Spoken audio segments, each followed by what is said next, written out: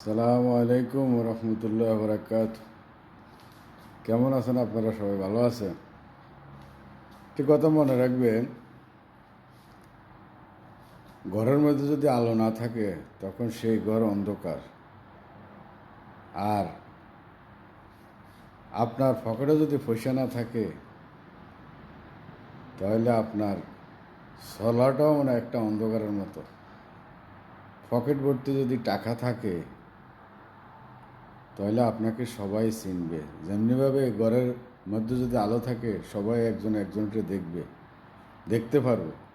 সুতরাং পকেটে টাকা যদি থাকে তাহলে আপনাকে সবাই চিনবে, সব অঞ্চলের মানুষ আপনাকে চিনবে।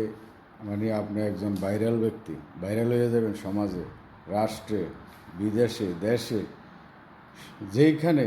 মানে পকেট ভর্তি যদি টাকা থাকে আপনাকে সবাই চিনবে, সবাই মানবে। সুতরাং পকেটের টাকা থাকলে অন্ধকারের সমান, কেউ আপনাকে চিনবে না, জানবে না, শুনবে না।